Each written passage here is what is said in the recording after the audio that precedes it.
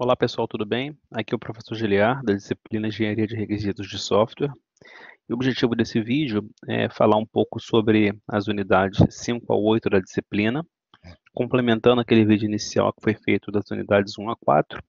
Esse vídeo 5 a 8, juntos, formam, né, aí dois vídeos que podem ser utilizados para as provas finais dos períodos, para as provas finais do período, prova presencial e para quem for precisar de prova suplementar.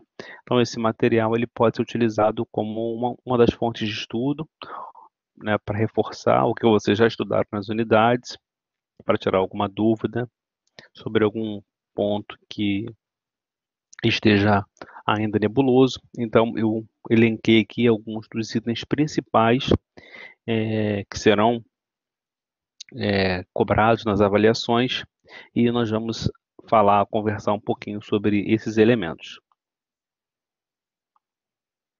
Bom, a gente começa falando um pouco sobre, dando uma revisão, né, que isso também foi falado na unidade 4, sobre o documento de visão, que é o documento importante para documentar os requisitos, né, para documentar os requisitos, que é um método, um elemento primordial quando a gente fala de projeto de desenvolvimento de software. Então, o documento de visão, ele define a visão geral que os envolvidos têm do produto a ser desenvolvido, em termos de necessidades, características e objetos mais importantes. Então, o dever, ele coloca ali basicamente tudo que diz respeito aos requisitos que você levantou, que você analisou, que estruturou e que esses requisitos vão dar insumo para o desenvolvimento desse software, dessa aplicação. Então, é importante que seja um documento completo, consistente, conciso, para servir de fato de insumo para o desenvolvimento do software. Então, por conter uma descrição dos requisitos centrais, o DV proporciona que tenha requisitos técnicos mais detalhados. Ele é criado no início do projeto, mas pode ser alterado, obviamente, à medida em que aumenta a compreensão dos requisitos. No início do projeto, você tem uma visão mais micro dos requisitos, principalmente quando não se conhece a organização, aonde esse sistema vai ser construído, os processos. Então, essa visão ela é mais micro. E aí você vai construir o documento de visão com uma visão mais micro. Uma vez que o tempo passa e que a sua compreensão, né, da equipe de analistas de requisitos, à medida em que essa compreensão ela aumenta, ela deixa de ser uma visão micro e passa a ser uma visão mais macro, é normal que esse documento de visão seja alterado, seja incluído novas observações ou observações que não estavam corretas sejam eliminadas. Então, é um documento vivo. Então, é importante manter isso sempre em mente. O documento de visão é um documento vivo. Ele foi construído no início, mas ele pode ser atualizado conforme a compreensão ela vai aumentando. Além do documento de visão, um outro documento importante é o glossário, que ele serve para capturar, como o próprio nome já diz, o vocabulário específico daquele domínio. Ele funciona como uma espécie de dicionário, perdão, de termos, e é muito útil em projetos onde não se conhece detalhes da nomenclatura, dos jargões utilizados. Então é importante manter um glossário para facilitar o entendimento por toda a equipe de desenvolvimento. E a gente chega então aos modelos de casos de uso. É um modelo, né, aí basicamente é um modelo primordial, né, para o desenvolvimento de software, é utilizado por praticamente todos os analistas e desenvolvedores. É importantíssimo conhecer o diagrama de caso de uso, que é o pontapé inicial para se entender as interações e as operações que esse futuro sistema vai, vai implementar. Então, é um modelo das funções pretendidas por esse sistema. Ele é utilizado como fonte de análise para as atividades de análise de projeto e de teste. Então, é imprescindível que esse modelo de caso de uso ele seja íntegro, ele seja compreensível para facilitar o entendimento de como o sistema vai funcionar. Então, aí na nossa representação, um ator, né, que é o elemento básico, o elemento central de um caso de uso, e dois casos de uso, de realizar depósito e realizar saque, pensando num sistema bancário. A especificação do caso de uso. Ou seja, uma vez que eu fiz o meu diagrama, eu preciso descrevê-lo, eu preciso explicar como acontecem as interações, o que significa cada objeto do meu caso de uso, como que vai ser o fluxo de informações que vai passar por esse caso de uso, que tudo isso vai influenciar na construção do sistema. Então, deve-se elaborar um documento de especificação para cada caso de uso. Não existe um formato específico, no entanto, é recomendável que essa especificação ela tenha pelo menos a função desse caso de uso, a função do caso de uso, os atores envolvidos, o passo a passo que deve ser executado pelo ator e pelo sistema para que a função do caso de uso seja executada, os parâmetros que devem ser fornecidos e as regras de negócio utilizadas. Então, é imprescindível a documentação para facilitar o entendimento, né, de quem vai fazer a construção dos artefatos do sistema.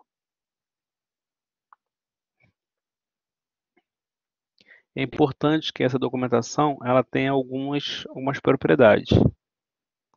Ela tem que ter clareza para evitar interpretações errôneas, para evitar interpretações dúbias. Então tem que ser uma documentação simples, mas ao mesmo tempo completa e também uma documentação concisa, né, que tenha o entendimento seja claro dos termos utilizados ali naquela documentação. Os requisitos, eles devem conter as seguintes características. Eles devem ser corretos, ou seja, legalmente possíveis de serem implementados, devem ser completos, ou seja, todos têm um real significado, todos são significantes. Os requisitos devem ser consistentes, não ambíguos, então evitar ambiguidade. Devem ser possíveis de serem testados, que são os requisitos verificáveis, rastreáveis, né, a origem, de onde ele vem, como ele foi chamado, para onde que ele vai, e devem ser concisos, como eu falei, formulados de uma maneira simples e direta. E aí vai algumas dicas, né? Se você vai ter uma experiência para trabalhar com documentação de caso de uso, documentação de requisitos, vai algumas dicas. Vão algumas dicas, melhor dizendo. Evite evite sentenças muito longas.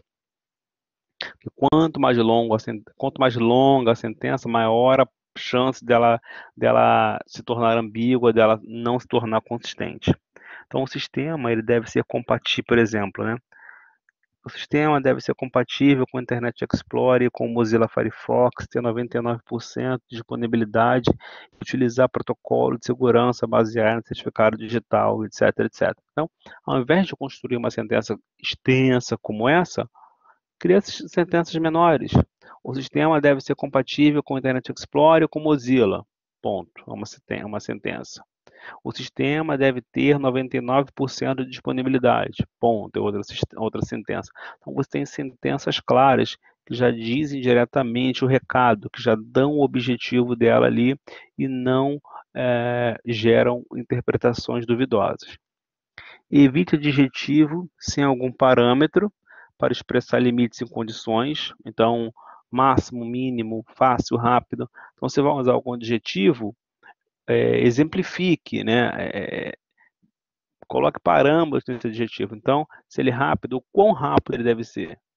O quão fácil ele deve ser? Porque colocar o requisito deve ser de fácil utilização, mas fácil pode gerar N interpretações. O que é fácil para um pode não ser fácil para outro. Então, quando a gente fala de parametrizar os adjetivos, é neste sentido. Não dá margem a interpretações duvidosas. Evite imprecisão, evite advérbios imprecisos, como provavelmente, talvez, bastante, mais, menos, assim, ou tem ou não tem, né? O sistema deve ter isso, o sistema não deve ter isso, porque se você coloca provavelmente, talvez, mais uma vez, você está dando margem à interpretação. Evite locuções adverbiais, tanto quanto, às vezes, pouco a pouco. Então, busque ser assertivo, né? Colocar afirmações ou negações precisas ali, porque tudo isso evita que seja mal interpretada a sua documentação. E evitar jargões indefinidos, né? Plug and play, point and click, né? Termos em inglês que não dizem muita coisa na realidade.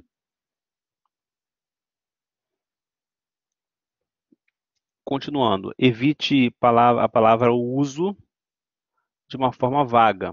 Por exemplo, modo vago, o sistema usa um sensor para previsões.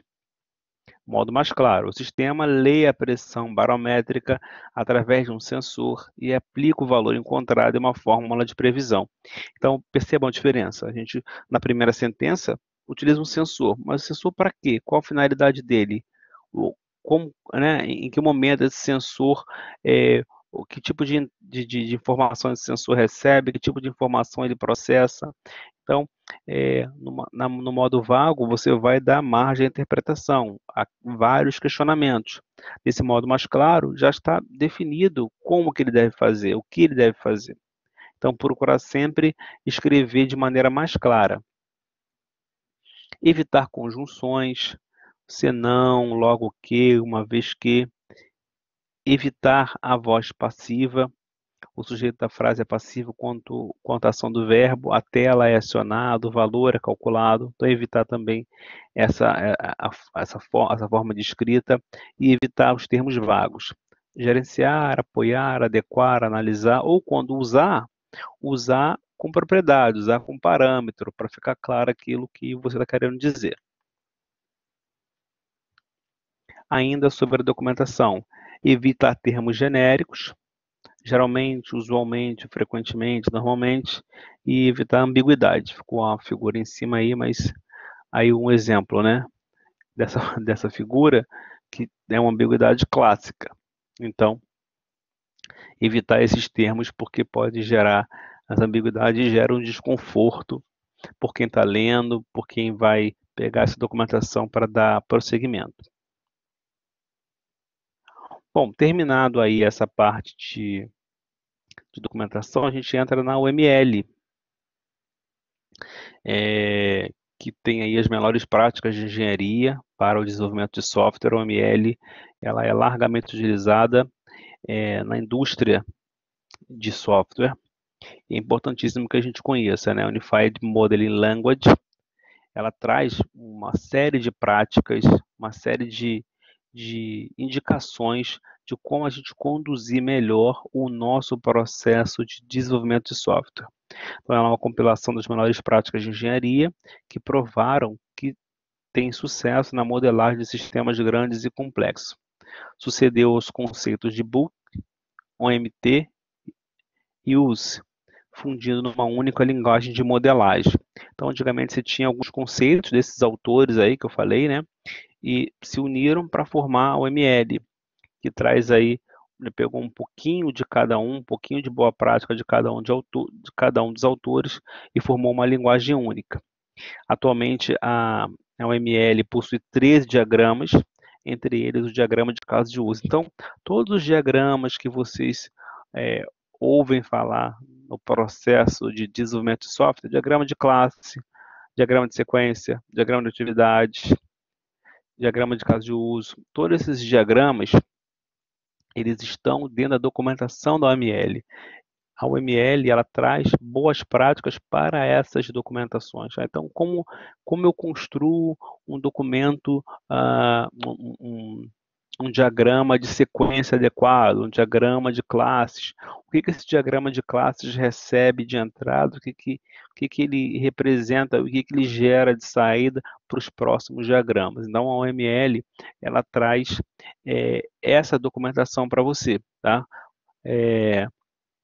De maneira bem prática, de maneira bem direta, Então, ela te dá um arcabouço, ela te dá uma base bem consistente para você produzir os artefatos da engenharia de software.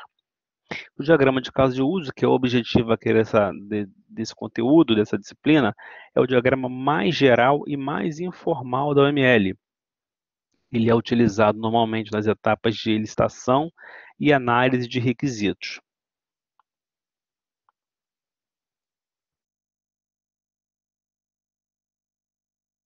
Além disso, é importante falar aí, antes de falar dos casos de uso, né, falar um pouquinho sobre a OML.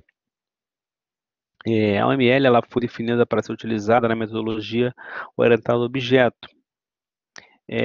Você pode utilizar ela também em outras metodologias, porque o objetivo dela ela é ser independente de linguagem de programação. Então, a OML ela não está associada a nenhuma linguagem de programação.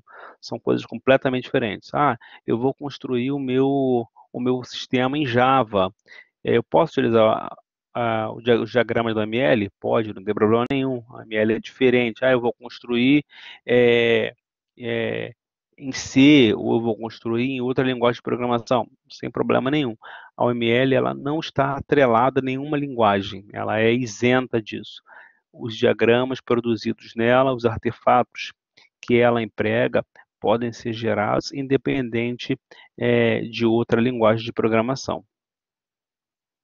Uma outra coisa importante, você não é obrigado a utilizar todos os modelos da OML. Eu tenho que fazer os meus 13 diagramas? Não necessariamente. Depende do contexto que você está representando, depende do negócio. Pode ser que não seja necessário utilizar todos. O diagrama de classes, de atividade, o de caso de uso já me basta. Pode ser que sim. Então, depende do negócio. Você tem lá os vários diagramas que estão lá na documentação do ML que podem ser utilizados. Não significa que eles devem ser utilizados sempre, tá? Então, o diagrama de caso de uso, ele é um diagrama cuja finalidade é apresentar os requisitos do sistema, né? Como eu falei, é um diagrama mais geral, apresenta uma linguagem simples e de fácil compreensão, e é direcionada à representação dos requisitos funcionais e dos usuários do sistema.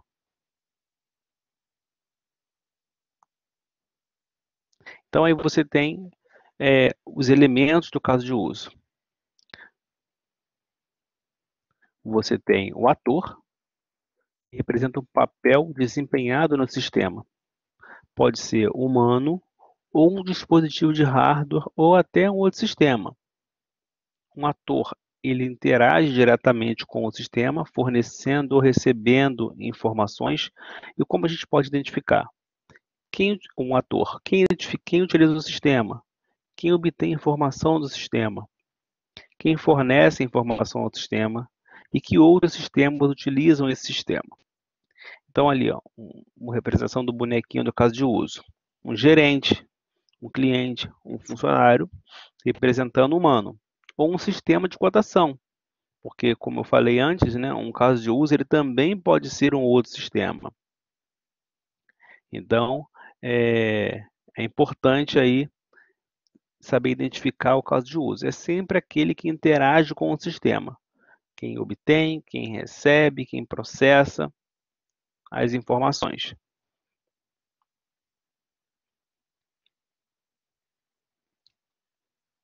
O caso de uso, por sua vez,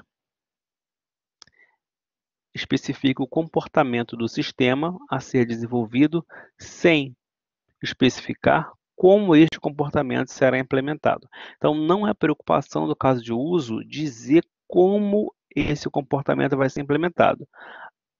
O objetivo do caso de uso é especificar o comportamento. Então, eu tenho lá, por exemplo, um caso de uso chamado abrir conta. Um ator ligado a um caso de uso. Como esse abrir conta vai ser criado, não nos importa. Não é a função do caso de uso representar isso. A função dele é representar apenas as interações. Os comportamentos descrevem as funções da aplicação que caracterizam as funcionalidades de cada sistema.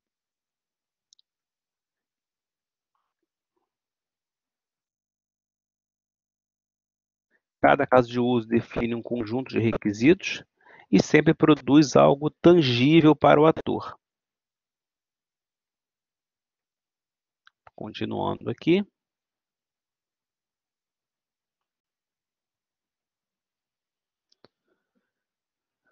Ainda falando dos casos de uso. Quem e como são utilizados os casos de uso?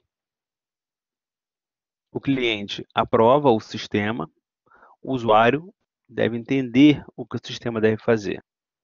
Na equipe de desenvolvimento, quem especifica os casos de uso e requisitos deve refinar os requisitos de software. Os projetistas encontram as classes ou as entidades de projeto. Os testadores utilizam como base para elaborar os casos de teste. O líder do projeto gerencia o projeto e os documentadores técnicos elaboram o manual do usuário. Então, isso aqui é uma proposta, não significa que toda a equipe de desenvolvimento vai ter essas pessoas, esses papéis. Podem ter menos, podem ter mais, podem ter profissionais que executem vários papéis ao mesmo tempo. Então, isso aqui é só uma ideia geral da equipe de desenvolvimento envolvida aí na documentação de casos de uso, envolvida no projeto, em um processo de desenvolvimento de software. Agora aqui a gente tem as associações, né? Ou seja, entre atores e casos de uso. As associações representam as interações ou relacionamentos entre elementos do modelo. Eu posso ter uma associação do tipo ator-ator. Então, por exemplo, um cliente está ligado a um funcionário, e eu posso ter associação dos meus atores com os meus casos de uso, como eu tenho aí nesse exemplo, 2 casos. Então, eu tenho as minhas interações. Então, eu tenho o caso de uso ator, como cliente ligado a abrir conta, né, e funcionário ligado a abrir conta. E eu tenho também a minha associação aí entre atores. Isso também é comum de acontecer. Deixa eu voltar aqui nesse slide. Aí, só concluindo, as setas indicam o sentido em que as informações trafegam. Aí eu tenho um item muito comum, que é generalização e especialização. Quando por algum motivo eu preciso dividir o meu caso de uso ou o meu ator em tipos, eu tenho ali um mecanismo chamado de herança. Por exemplo, existem casos de uso ou atores com características semelhantes, apresentando pequenas diferenças entre si. Por exemplo, eu tenho um ator chamado pessoa, que possui uma série de características, mas, dentre esses atores, eu tenho o ator pessoa física, que tem todas as características de uma pessoa, mas tem alguma particularidade. Assim como eu tenho pessoa jurídica, que tem todas as características de pessoa, mas tem a particularidade. Por exemplo, o pessoa jurídica tem CNPJ, o pessoa física tem CPF. Então, o meu ator pessoa, ele pode ser de 2 tipos diferentes. Então, eu faço essa representação com a seta ligada para o ator principal e estou indicando, então, que eu posso ter 2 tipos de pessoas diferentes, 2 tipos de atores diferentes. A mesma coisa para abrir conta. Eu posso ter o abrir conta corrente e abrir conta poupança. Então, são tipos diferentes do caso de uso abrir conta. Então, é dessa forma que a gente representa esse relacionamento de herança, chamado de especialização. Bom, em caso de uso, eu tenho algumas operações que estão sempre acontecendo, também diz respeito à interação entre atores e entre casos de uso. A primeira delas aí é a inclusão, também chamada de include, que são essas, deixa eu pegar uma representação aqui, que são essas linhas pontilhadas, observem aqui, ligando os casos de uso. Então, eu tenho um include entre realizar depósito e registrar movimento, e um outro include de realizar saque para realizar movimento. O que significa o include? O include, ele estabelece uma ligação obrigatória entre os casos de uso. Sempre que houver o include, significa que esse caso de uso vai ser executado. Existe um cenário, uma situação ou rotina comum a mais de um caso de uso. A documentação dessa rotina é colocada em um caso de uso específico para que os outros casos de uso utilizem, evitando descrever a mesma sequência de passos em vários casos de uso. Então, aqui significa que sempre que eu realizar o depósito ou realizar o saque, eu vou ter que registrar esse movimento. Então, executei esses casos de uso, automaticamente eu vou também executar o registrar movimento. Além disso, uma outra visão importante é que o registrar movimento ele só é executado quando eu realizo o depósito ou quando eu realizo o saque. Então, é do tipo include por causa disso. São esses dois casos de uso principais, depósito e saque, que deram origem a esse registrar movimento. Então, ele é do tipo inclusão por causa dessa característica. Avançando aqui, eu tenho o meu relacionamento do tipo extensão, o extend, que é essa linha pontilhada aqui, olha, entre manter cliente e abrir conta. O extend, ele estabelece uma ligação opcional, enquanto o include é uma ligação obrigatória, o extend é uma ligação opcional entre os casos de uso. Ocorrem apenas em uma situação específica se determinada condição for feita. Então, por exemplo, eu tenho nesse caso um ator do tipo funcionário, que tem um caso de uso manter conta. E pode ser que esse manter cliente, perdão, um caso de uso funcionário, perdão, um ator funcionário, um caso de uso manter cliente. E pode ser que esse manter cliente gere um caso de uso chamado abrir conta. Porque se o cliente já estiver no sistema, não vou abrir conta, né? Então, nem sempre o abrir conta ele vai acontecer, porque pode ser um atualizar conta, um excluir conta, alguma coisa nesse sentido. Mas o abrir conta ali era do tipo extend, porque ele pode ocorrer. Pode ser que o manter cliente gere um novo caso de uso do tipo abrir conta. Então, por isso, é um caso de uso de extensão. Ele ocorre apenas em uma situação específica. Tá? Ele está muito ligado ali ao atendimento a uma determinada regra de negócio que eu tenho ali para o meu caso de uso.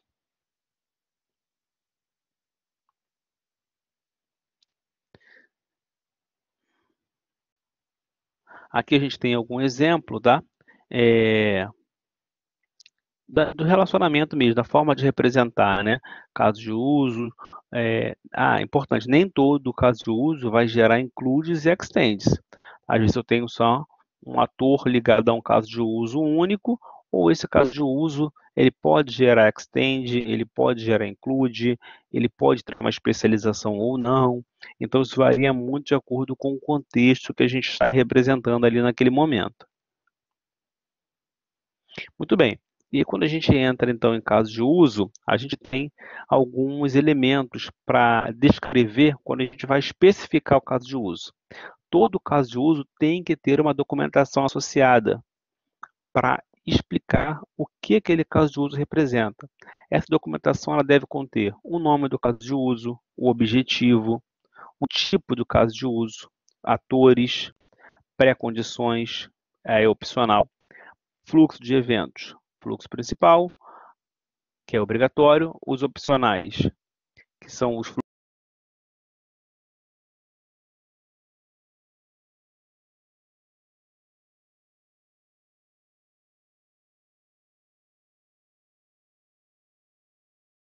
desculpem, o fluxo principal,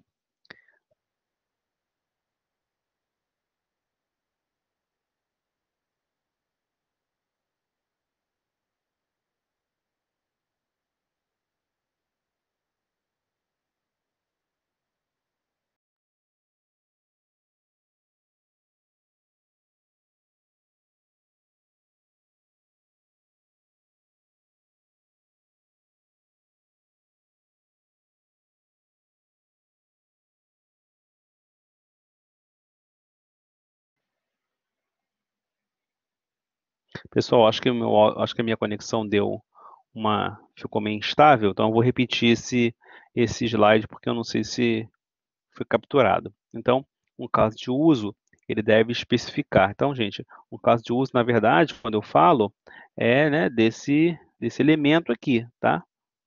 No caso aqui, o manter cliente, o abrir conta. Então, cada um desses elementos, que são os casos de uso, eles têm que ser descritos com o nome, com o objetivo. O tipo pode ser opcional, pode aparecer ou não na documentação. Os atores são obrigatórios a gente descrever. As pré-condições opcionais e os fluxos de eventos. O fluxo principal deve sempre aparecer para indicar o caminho da informação no caso de uso, e os fluxos alternativo e exceção são opcionais. As pós-condições também são opcionais. As regras de negócio devem aparecer na especificação. Os requisitos não funcionais e os pontos de extensão também são opcionais. Frequência de utilização deve aparecer. Observações e referências opcionais. Então, são esses 15 elementos importantes quando a gente está especificando o caso de uso. Tá? Lembrando, né, a documentação ela é um item importantíssimo do meu projeto de desenvolvimento, porque quem for dar continuidade, né, ao meu processo, ao desenvolvimento desse sistema, é importante que tenha uma documentação robusta para servir como base, né, para o andamento aí do projeto, para o andamento do desenvolvimento. Bom, aí falando um pouquinho sobre esses elementos, né? O caso de uso. A gente falou lá do nome, né? O nome do caso de uso. Aí aqui eu estou falando um pouquinho sobre cada um daqueles elementos, tá certo? Que a gente listou lá, que eram 15.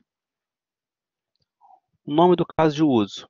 É importante que ele indique o valor ou o objetivo principal. Sempre iniciar com um verbo no infinitivo, abrir, manter, criar, cadastrar. Utilizar o nome completo, onde as primeiras letras devem ser maiúsculas, exceto preposição. E procurar ser sintético, né? Nomes simples que já deem um recado, que transmita aquilo que a gente está querendo representar. O objetivo do caso de uso, ele deve descrever a finalidade do caso de uso e vai dar uma ideia geral do propósito do caso de uso. Não existe, você pode descrever isso num documento Word, por exemplo, tá? Existem algumas propostas de alguns modelos, né? Muito disponíveis aí na internet de especificação de caso de uso, mas você pode criar o seu próprio modelo. Basta pegar esses elementos que eu listei e começar a descrevê-los.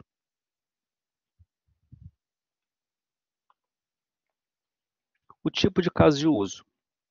Ele pode ser concreto, quando a instância do caso de uso é iniciada pelo ator, ou ele pode ser abstrato, quando o autor nunca inicia diretamente uma instância deste caso de uso. Então, você pode ter esses tipos aí, né, elencar os tipos de caso de uso. Lembrando, como eu falei lá atrás, o tipo de caso de uso ele é opcional, mas caso você queira descrevê-lo, o tipo de uso é um desses dois, ou o tipo de caso de uso, né? Ou o caso de uso ele vai ser concreto, quando é o autor quem starta esse caso de uso, quem inicia esse caso de uso, ou ele é abstrato, quando não é papel do ator iniciar esse caso de uso. Os atores, eles podem ser primários ou secundários. O ator primário é aquele que inicia o caso de uso, e o ator secundário é o ator que participa de forma passiva no caso de uso. Não é ele quem inicia, ele participa, mas não é ele quem inicia o caso de uso. Depois a gente tem as pré-condições. As pré-condições é um requisito opcional. São as restrições que existem ao iniciar o caso de uso. Não é um evento que inicia o caso de uso, tá? Mas você deve utilizar se precisar explicar alguma coisa desse caso de uso, tá? Uma restrição ao iniciar o caso de uso. Aí um exemplo. Eu tenho um caso chamado abrir conta e tem uma pré-condição, que é o pedido de abertura precisa ter sido previamente aprovado.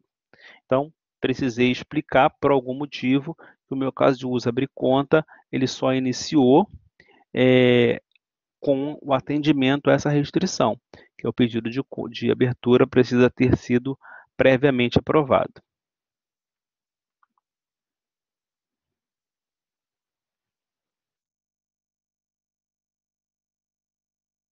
E não precisa falar, aqui fica melhor.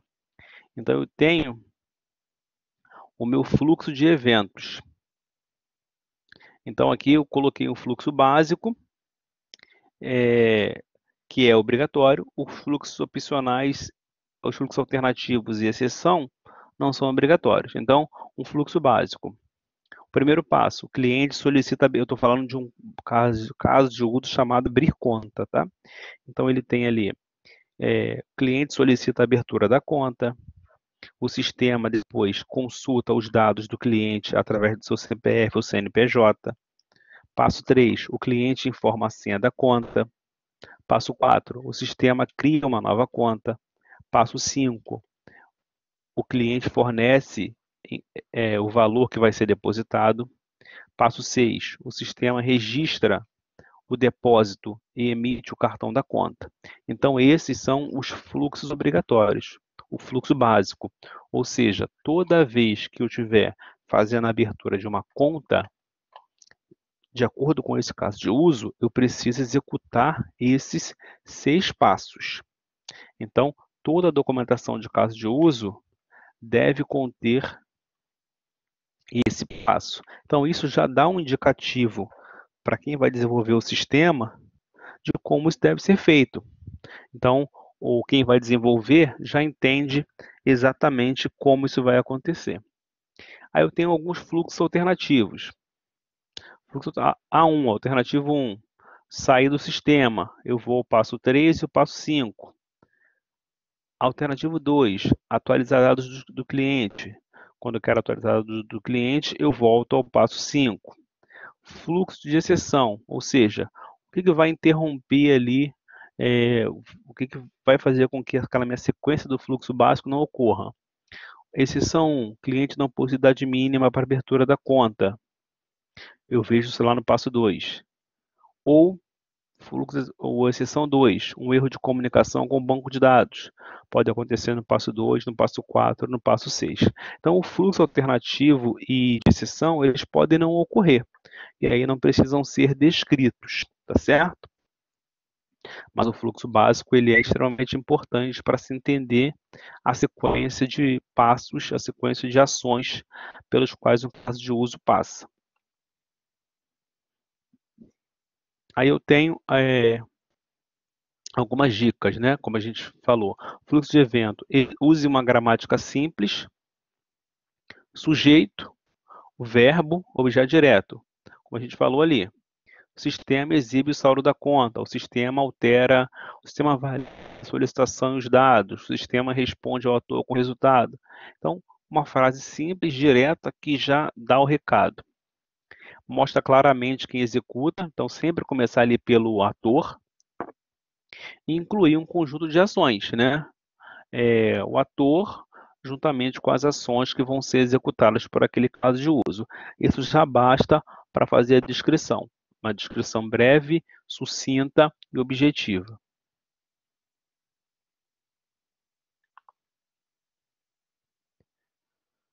Ainda falando dos fluxos do fluxo de eventos, mostra a intenção dos atores, não os movimentos.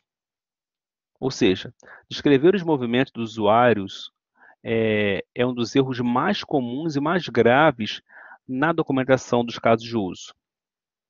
A gente está interessado na descrição do propósito. Por exemplo, antes, né? O sistema pergunta o nome, o usuário entra com o nome. O sistema pede o endereço, o usuário entra com o endereço.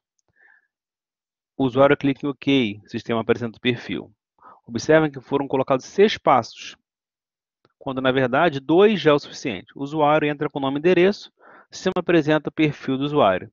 Então não é necessário descrever os movimentos do usuário, São as ações, o propósito. Aí o errado, o sistema verifica se a senha está correta. O correto é, o sistema valida que a senha está correta. Então isso é importante também, na descrição, procurar colocar o propósito e não exatamente, né, aquela... É uma sequência de passos, mas não é uma sequência de resultado dos passos, digamos assim, né? Se eu pergunto o nome, o usuário, senão o fluxo alternativo, o fluxo básico vai ficar gigantesco, porque você vai colocar uma resposta para cada ação. Né? Usuário, sistema pergunta o nome, usuário digita o nome. Sistema digita a senha. O sistema pede a senha, o usuário digita a senha. Não é necessário colocar, né, como se fossem perguntas e respostas. Você coloca o básico para representar que aí, automaticamente, quem vai desenvolver vai entender. Se o usuário entra com o nome e endereço, né, óbvio que ele vai digitar, ele vai clicar, ele vai dar OK, enfim, ele vai clicar em confirmar. Isso é óbvio, né? Você não precisa descrever, né, nessa minúcia, porque isso não agrega valor para a documentação. Depois a gente fala das pós-condições.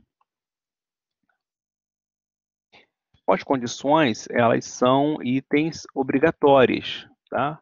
Não, perdão, as pós-condições são opcionais, mas ela normalmente ela é representada. Elas são as condições verdadeiras quando o caso de uso termina, mas vale a pena colocá-la apenas quando houver necessidade de algum esclarecimento. Então, por exemplo, uma pós-condição do caso de uso abrir conta é necessário realizar um depósito inicial, ou seja, depois que abriu conta, o que acontece? É obrigatório realizar um depósito. Todo caso de uso precisa desse esclarecimento? Não precisa, tá? Isso aí é muito uma decisão de quem estiver modelando.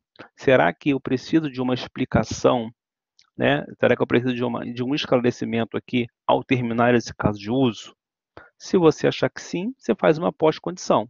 Se você achar que não é necessário, que o caso de uso por si só já se explica, não há necessidade de nenhuma explicação adicional, aí a pós-condição não se faz necessária. Por isso que ela é um item opcional.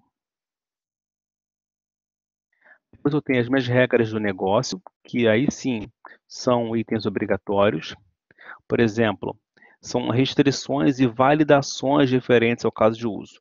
Não tem a ver com passo a passo, mas tem a ver com regras que devem ser seguidas para o meu caso de uso, de fato, ser realizado. Por exemplo, regra 1, para abrir uma conta corrente, né, para esse caso de uso, é preciso ser maior que 18 anos. E o valor mínimo de depósito é de R$ 5. Então, significa que se eu não obedecer a essas duas regras, eu não consigo executar o caso de uso, eu não consigo abrir a conta. Então, as regras de negócio, elas são obrigatórias neste sentido.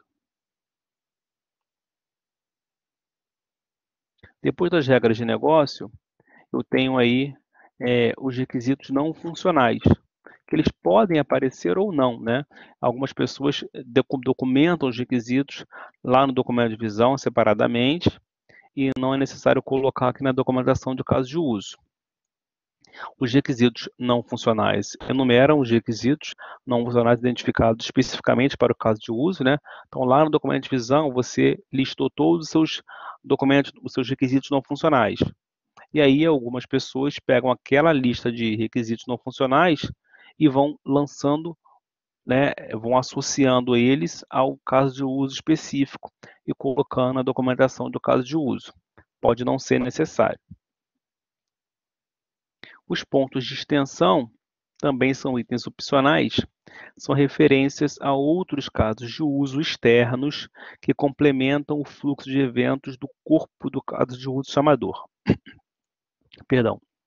Identificar o passo do fluxo básico ao qual a extensão está associada, descrevendo as condições e o momento para sua ativação. Então, ponto de extensão é quando, em um dado momento do seu caso de uso, você faz referência, você faz menção a um outro caso de uso, né, a um passo de um outro caso de uso. E por algum motivo você precisa explicar isso aí. Então, isso é um item opcional, você descreve se for necessário. Normalmente é um dos itens que pouco aparecem na documentação de caso de uso.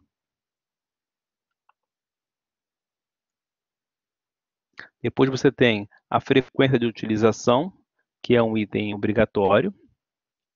Ele diz se essa frequência é alta, média ou baixa. Quais as informações são mais acessadas. A frequência de utilização deve ser uma estimativa da quantidade de utilização do caso de uso pelos atores em um determinado período de tempo. Caso existam picos de utilização, esses devem ser descritos. Então, é informar ali para cada caso de uso se ele vai ser muito utilizado, né, se vai ser média utilização ou baixa utilização. Quais as informações mais são acessadas nesse caso de uso, por exemplo, abrir conta ou, sei lá, manter cliente. É mais acessado ali os dados pessoais do cliente, os dados bancários do cliente, por exemplo. Então, você descreve o que é mais acessado. E essa frequência, como eu falei, alta, média ou baixa, ela é uma estimativa. As observações são opcionais, é um espaço destinado para anotações técnicas, lembretes, recados, enfim, informações que você quer armazenar para serem trabalhadas no futuro. É um item opcional do seu caso de uso.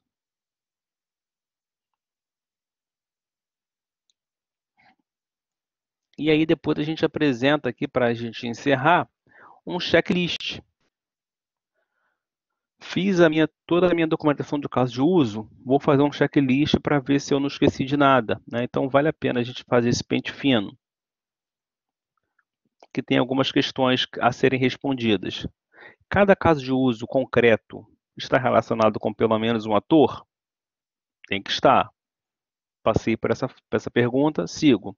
Cada caso de uso é independente dos outros? É importante. Há casos de uso com comportamentos similares?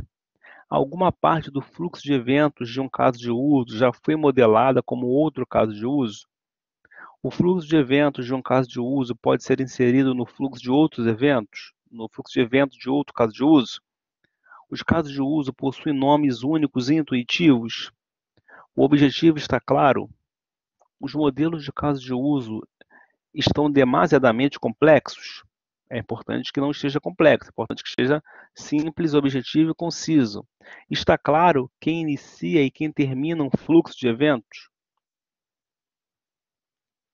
E aí a gente termina, então, essa parte com esse mini checklist, que uma vez que você consiga responder essas perguntas, você passou pelas principais etapas obrigatórias, de construção de um caso de uso. E aqui a gente apresenta a bibliografia utilizada para esse material, enfim, para as nossas unidades de aprendizagem do AVA. Pessoal, com isso eu chego ao fim aqui dessa gravação. Eu espero que esse conteúdo ajude a você, de alguma forma, a entender melhor os conceitos ou a fixar os conceitos associados aos casos de uso, que possa ser útil também para as avaliações futuras. Qualquer dúvida, por favor, entrar em contato através dos meios de comunicação no AVA, fórum de dúvidas e através de minhas mensagens. Desejo a você um bom final de período, boas provas. Agradeço pela sua atenção e por ter assistido esse vídeo até aqui. Um abraço e até a próxima.